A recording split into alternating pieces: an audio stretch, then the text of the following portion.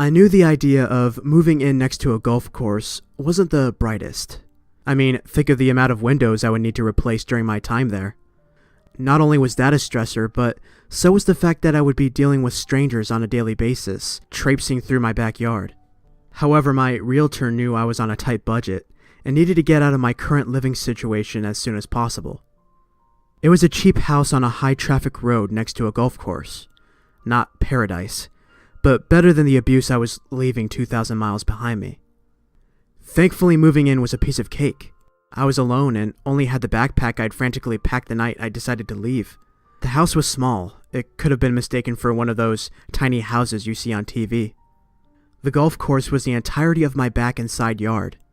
It wrapped around it to the right, in an L shape, and was shielded from the busy road by a row of tall pine trees. The house was 2 stories. Wide rectangular windows on every wall let in plenty of natural light. Several on the right side were already shattered. The exterior was a pastel shade of indigo, and the shutters were a classic white, though 2 were obviously missing. A small covered porch jutted out from its first level, with only enough room for a small table and a couple of chairs. It was just what I needed. As the realtor handed me the house keys and drove off, I stared up at my new house, my second chance, and released all of the tension I'd been holding in my shoulders. If only I had known that the trials I would experience here would be worse than what I had just left. I never would have stepped foot in that house. The first few months were fine. Nothing worth mentioning occurred, and I was starting to feel comfortable. The small rooms were now filled with furniture, and the walls adorned with photos and memories I'd been sent by friends and family. It was starting to feel like a home. I hadn't needed to replace any new windows yet, and the golfers all seemed friendly. One of my favorite hobbies was to sit on the porch with my morning coffee and politely clap for them as they sunk their putts. I would wave and smile at the old men and women dressed in polos and khakis, their visors shielding their faces from the unyielding sunshine. They'd smile and wave back, sometimes approaching my porch and introducing themselves. After all, there was no gate to keep them from doing so. I'm not going to lie, that facet of living here made me incredibly uncomfortable at first. But once I realized they were all pretty much grandparents, it became less creepy. The golf course was attached to a country club called Meadowbrook Pines, so a lot of the faces I saw were familiar. One woman, Mrs. Evans, even brought me a tin of cookies one afternoon. I was a loner living on disability and rarely made it out of the house, save for a trip to the grocery store. I kept myself social thanks to these kind folks. Unfortunately, I learned the hard way that not all of these grandparents were kind and sweet. One day I was engaging in my usual morning routine with a podcast playing from my phone and a large cup of freshly brewed coffee sitting on the wrought iron mesh table before me. It was a sunny day somewhere in the 70s with a nice breeze that kicked up at a perfect pace. It was a beautiful day for golfing, and I knew the green would be busy. A few of the regulars passed by before I noticed a shoddy-looking man readying his shot. He was dressed in dark, tattered clothes that mimicked the pleated pants and shiny shoes worn by the other golfers. But something was off. His shirt was a deep black, on which you could see dirt stains. His pants were a navy blue, again striped with dirt. The color match of the contrasting dark colors would cause any club member to scoff. His hair was shoulder length, brown and wiry. He had a bumpy, pointed nose that touched the brim of his gray newsboy cap. Beady eyes with an unnatural shine peeked out through the brim towards the 5th hole. Something perplexed me about this man aside from his uniform. He didn't have a golf bag with him. He was also using a driver to line up his shot. Something felt utterly wrong about this man, unnatural even. It scared me so much I picked up my things and went inside. As I entered my house and turned to close the door, he looked directly at me, a yellow-toothed smile plastered across his face. I locked the door and was thrown into a panic attack almost immediately. It took a few weeks before I could even muster the courage to look out of the course-facing windows, let alone sit outside or even leave the house. I sat on the couch in my living room, curtains drawn, every day. I heard through the thin walls some of my regular golfing friends asking about where I'd gone, concerned for my safety and sanity. Most assumed I had gone on vacation. One even thought I'd killed myself. Thanks, Mr. Gustafson. I worried that I would sink back into my anxious thought spirals, letting them get the best of me. My rational brain told me it was a fluke stranger and he was some drifter that would never come back. But that nagging feeling told me he knew where I lived, and that smile, that evil smile had ill intent.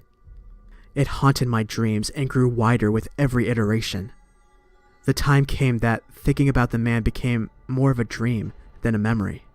His face had shifted in my mind to something demonic and unbelievable. I decided to push past it one day and resume life as normal, attempting to be stronger than those around me.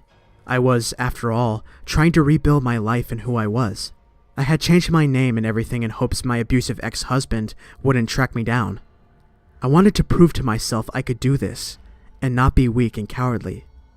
As I poured a cup of coffee and made sure my phone was charged, I took a deep breath and opened the door. My deep breath was quickly sucked from my lungs as the inner door swung open to reveal the man, in the same dark tattered clothes, sitting in the chair opposite my usual one. He was staring up at me, smiling with his crooked yellow teeth. I was frozen, the hand that held my coffee shaking slightly. My eyes widened, and once the initial shock had worn off, I got angry. "Who the hell do you think you are? Get off of my property right now! I'll call the cops!" "That would only fly if this was private property, sweetheart." The last word slipped from his lips slower than the rest of the sentence. I grabbed my phone from my pocket anyway and dialed. The screen door was all that kept me from accidentally spilling my coffee all over his stupid face. "Yes, hi. There's a strange man sitting on my porch, and I would like him to leave." I spoke into the receiver. "No, I don't know him, and of course I've asked him to leave," I said in reply to the operator's inane questions. The man continued to smile at me, seemingly unblinking.